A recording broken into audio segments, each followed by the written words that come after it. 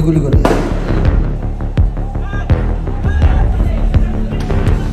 2024 সালের জুলাইয়ের আন্দোলনের সময় ঢাকার রামপুরা ছিল সহিংসতার অন্যতম হটস্পট। বিশেষ করে 19 জুলাই বিটিভি ভবনের সামনে পুলিশ ও বিজিবির অবস্থান ঘিরে তখন সংঘর্ষ চূড়ান্ত রূপ নেয়। তখন রামপুরা মাল্টিকেয়ার হাসপাতাল হয়ে ওঠে আহতদের আশ্রয়ের জায়গা।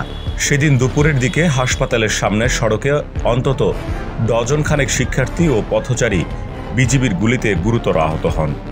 অন্তত একজন বিজিবি সদস্য সরাসরি রামপুরা মাল্টিকেয়ারের সামনে থাকা ডজনখানিক আন্দোলনকারীকে গুলি করেন।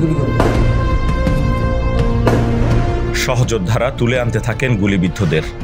পরিস্থিতি বেগতিক দেখে হাসপাতালের চিকিৎসক ও স্টাফরা দেরি না করে হাসপাতালের সামনের খোলা জায়গাতেই আহতদের প্রাথমিক চিকিৎসা দিতে শুরু করেন।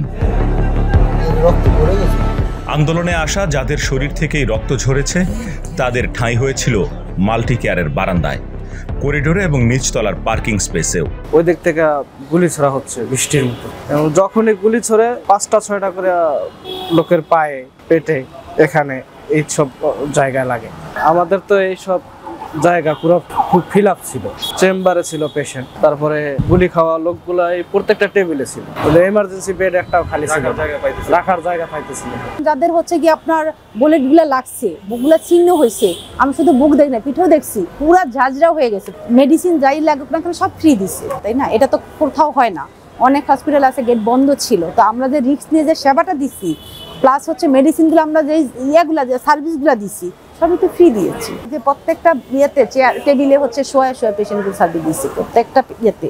আমার ইমার্জেন্সিতে তো জায়গায় নেয় নাই। ইমার্জেন্সিতে যখন পেশেন্টগুলো গেছে ফ্লোরগুলো হচ্ছে গিয়ে ব্লাডে ভরা ছিল, রক্তগুলো ভরা ছিল। তাহলে আমরা তো দেখছি গরু জবাইয়ের রক্ত। ঘটনার দিনগুলোতে একাধিকবার পুলিশ ও বিজিবি সদস্য এবং টহল গাড়ি হাসপাতালের গেটের সামনে এসে দাঁড়ায়। গুলির শব্দেও কেঁপে ওঠে ভবন। হাসপাতাল কর্তৃপক্ষ জানায় বারবার বাধা পাওয়া সত্ত্বেও তারা বিরামহীন আহতদের চিকিৎসা দিয়ে গেছেন।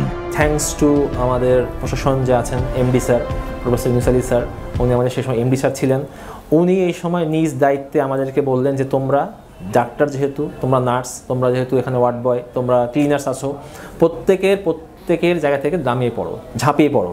এটা এখন আমাদের গুরুতর একটা ইস্যু, জাতীয় ইস্যু, এটাকে আমরা পালাই গেলে হবে না। সো তার বক্তব্যর সাথে আমরা একমত হয়ে আমরা ডাক্তাররা ওই সময় ঝাঁপিয়ে পড়লাম সেবা দেওয়ার কাজে। দ্বিমতের কথা বলতে গেলে সরকার নিজেই দ্বিমত পোষণ করছে। সরকার ওই সময় আমাদেরকে কিভাবে বন্ধ করা যায়, ট্রিটমেন্ট বন্ধ করা যায়, পুলিশকে দিয়ে, বিজিবিকে দিয়ে আমার গেট মানে লক করাইছে, এবং আমরা যেন ট্রিটমেন্ট না পারি সেজন্য তারা গেটে তালা লাগাই দিয়ে গেছিল। সে সময় মাল্টিকেয়ারে নিয়ে আসা আহতদের বেশিরভাগই ছিলেন তরুণ। গুলির আঘাতে যন্ত্রণায় কাতরাচ্ছিলেন তারা। সেই সময় একদম স্পট ডেট আমরা পেয়েছি, সেগুলো রাতে পেয়েছি। স্পট ডেটগুলো শেষ দিনের বেলা আসেনি, স্পট ডেটগুলো রাতে আসছে বেশি, কারণ দিনের বেলা যারা আহত হয়েছে ওরা বিভিন্ন জায়গায় করেছে, ট্রিটমেন্ট নিয়েছে। এরপর দেখা যায় যে আর হচ্ছে না, তখন আমাদের কাছে নিয়ে আসছে।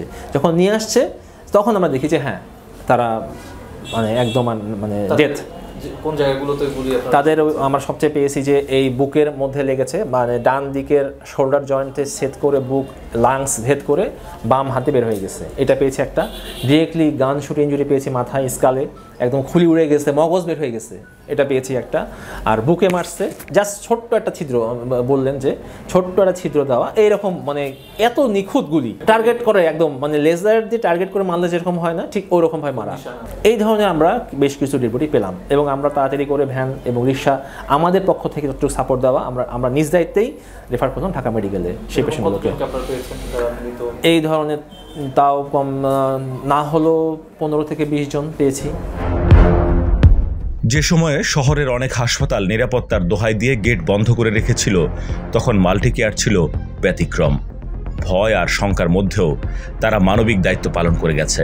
আওয়ামী লীগ, যুবলীগ, ছাত্রলীগ, স্বেচ্ছাসেবক লীগ, এই লীগের পক্ষ থেকে এইগুলি আসছে যে আমরা যাতে এই সেবাটা না দেই, আমাদের উপরে বিভিন্নভাবে আক্রমণ করার চেষ্টা করেছে, কিন্তু আমরা ভয় পাইনি ওইভাবে যে আমরা সেবা দিয়েছি, আমরা রোগীর সেবা দিব। আশেপাশে যারা আছে নেতা টাইপের, তারা বলে যে এই হাসপাতাল সরকারের বিরোধী কাজ করতেছে এবং সেবা দিয়ে যাচ্ছে। পুলিশের কাছে এবং বিজিবির কাছে বিচার দিয়েছেন এবং তারা এসে আমাদের বলেছে যে হাসপাতাল আপনারা কোনো রোগীর সেবা দিতে পারবেন না, আহত হয়ে যারা আসে তারা যাতে না ঢোকে, তখন যদি ঢোকে তাহলে তালা মেরে দিব।